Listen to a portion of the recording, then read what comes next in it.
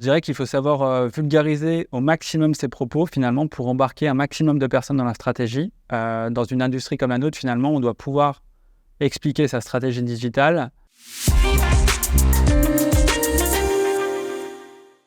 Donc Antoine Ruchot, je suis issu de la promotion 2012 de l'EMLV. Je suis actuellement directeur e-commerce et CRM chez KFC France. Donc un parcours plutôt classique, post-bac directement à l'EMLV avec un Master 2 spécialisation e-business. Et ensuite, je me suis spécialisé justement dans le pilotage d'activités e-commerce, plutôt retail, chez des annonceurs directement.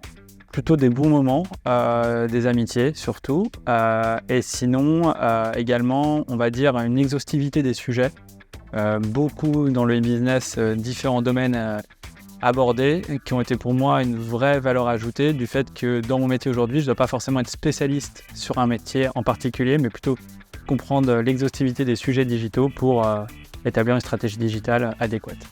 Donc cela signifie être garant de l'expérience finalement omnicanal des clients de l'enseigne sur l'ensemble finalement des canaux, à savoir le site, l'application et même aujourd'hui le premier device pour la marque qui est la borne de commande. Donc finalement c'est de permettre aux clients d'avoir une expérience unifiée sur ces canaux, de retrouver les mêmes services, mais surtout d'innover parce qu'on est dans un secteur finalement qui innove particulièrement sur le digital. Donc du coup on doit aussi s'adapter énormément à des nouveaux modes de consommation et s'assurer que finalement la satisfaction client également est au rendez-vous à travers soit un programme de fidélité, soit également la gestion d'un programme CRM.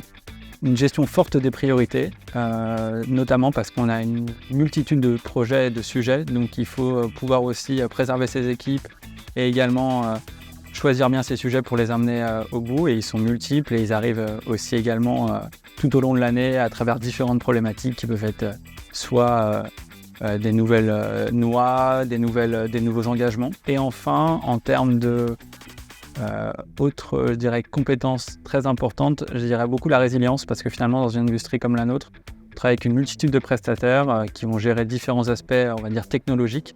Et finalement, les projets, même si on est en mode agile, on n'est pas forcément en mode start-up, donc ils prennent peut-être un peu plus de temps que ce qu'on espérait. Donc il faut aussi manager tout ça et avoir confiance en son projet pour le voir aboutir.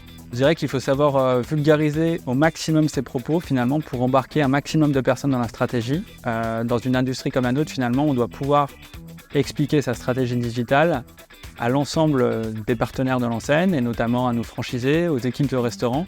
Et de ce fait, même si on est des experts digitaux avec un langage peut-être au quotidien qui peut paraître technique, il faut savoir finalement vulgariser énormément sa stratégie pour embarquer tout le monde et surtout expliquer finalement pourquoi on fait les choses et conduire le changement correctement. Pas toutes, en tout cas il y en a une que j'ai gardée finalement, c'est sur la partie business parce qu'on gère finalement des activités avec des chiffres, donc finalement il faut analyser constamment, on va dire de façon hebdomadaire tous les lundis, une petite routine sur sortir les performances du e-commerce, ses principaux KPI et pouvoir réagir directement sur la semaine s'il y a des ajustements à faire sur le site, sur l'application ou pouvoir également communiquer sur des bonnes ou mauvaises performances et corriger des bugs. Donc finalement la routine elle va se construire autour du business bien évidemment, mais après les méthodes elles vont pour moi principalement changer autour de forcément la management. On vieillit, on a des nouvelles générations qui arrivent, on a des nouvelles attentes de ces générations. Et pour moi, il est là le plus gros défi, c'est finalement pouvoir s'adapter à eux, pouvoir comprendre leurs envies, leurs doutes, leurs interrogations et pouvoir tirer du meilleur parti, donc s'adapter à cette mutation.